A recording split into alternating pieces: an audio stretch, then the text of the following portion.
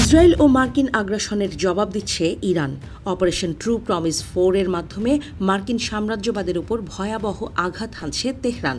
ইরানের খতাম আল আনাবিয়া কেন্দ্রীয় সদর দপ্তরের মুখপাত্রের দাবি অনুযায়ী ২৪ ঘণ্টায় ইরানের শক্তিশালী ক্ষেপণাস্ত্র ও ড্রোন হামলায় ২০০-এর বেশি মার্কিন সেনা নিহত অথবা আহত হয়েছে। এই হামলায় মার্কিন সামরিক অবকাঠামোর যে অপূরণীয় ক্ষতি হয়েছে তা আধুনিক যুদ্ধের ইতিহাসে এক নজিরবিহীন ঘটনা হিসেবে দেখা হচ্ছে। শনিবার বিকেলে তেহরানে আয়োজিত জরুরি সংবাদ সম্মেলনে ইরানি মুখপাত্র জানান, তাদের এই প্রতিশোধমূলক হামলা ছিল অত্যন্ত নিখুঁত এবং বিধ্বংসী। বিশেষ করে মার্কিন পঞ্চম ফ্লিটের ওপর চালানো হামলায় ২১ জন মার্কিন সেনা প্রাণ হারিয়েছে। অন্যদিকে আল দাফরা বিমান ঘাঁটির অবস্থা এখন ধ্বংসস্তূপের মতো, যেখানে প্রায় ২০০ মার্কিন সৈন্য হতাহতের শিকার হয়েছে। পারস্য উপসাগরের নীল জলরাশি এখন মার্কিন তেলের ট্যাঙ্কারের জ্বলন্ত শিখায় রক্তিম হয়ে উঠেছে। গত ২৮ ফেব্রুয়ারি ইরানের সর্বোচ্চ নেতা আয়াতুল্লাহ আলী খামেনি এবং শীর্ষ সামরিক কমান্ডারদের হত্যাকাণ্ডের পর থেকে ইরান ও মার্কিন ইসরায়েল জোটের মধ্যে উত্তেজনা চরমে পৌঁছায়। ওয়াশিংটন ও জায়নবাদী শাসক গোষ্ঠীর সেই কাপুরুষোচিত হামলার জবাব দিতেই ইরান এই কঠোর প্রতিরোধ শুরু করেছে বলে দাবি করা হচ্ছে। তেহরানের সাফ কথা, রক্তের বদলা রক্ত দিয়েই নেওয়া হবে এবং দখলদারদের কোনো ছাড় দেওয়া হবে না। ইরানের প্রেসিডেন্ট মাসুদ পেজেশকিয়ান এক ভিডিও বার্তায় দেশবাসীকে সব মতভেদ ভুলে ঐক্যবদ্ধ হওয়ার আহ্বান জানিয়েছেন। তিনি বলেন, ইরানি জাতিকে আত্মসমর্পণে বাধ্য করার স্বপ্ন শত্রুদের কবর দিতে হবে।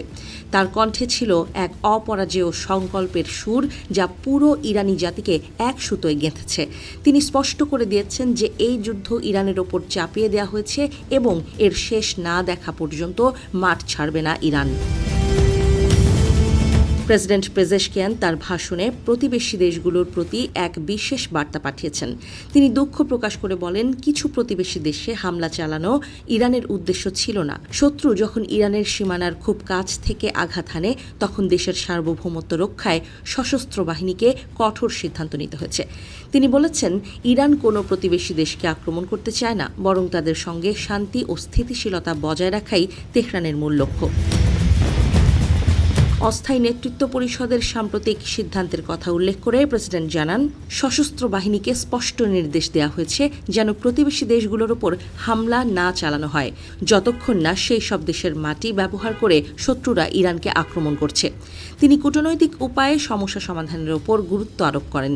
মধ্যপ্রাচ্যের ভ্রাতৃপ্রতিম দেশগুলোকে মার্কিন উস্কানি থেকে দূরে থাকার পরামর্শ দেন ইরানি প্রেসিডেন্ট। বর্তমানে গোটা মধ্যপ্রাচ্য অনিশ্চিত ভবিষ্যতের দিকে ধাবিত হচ্ছে। ইরানের ক্ষেপণাস্ত্রের পাল্লায় এখন মার্কিন ও ইসরায়েলি সব গুরুত্বপূর্ণ ঘাঁটি। আন্তর্জাতিক বিশ্লেষকদের মতে অপারেশন ট্রু প্রমিস 4 এর এই ব্যাপকতা প্রমাণ করে যে ইরান এখন আর কেবল প্রতিরক্ষায় সীমাবদ্ধ নেই, বরং তারা সরাসরি চ্যালেঞ্জ ছুঁড়ে দিয়েছে ওয়াশিংটনকে।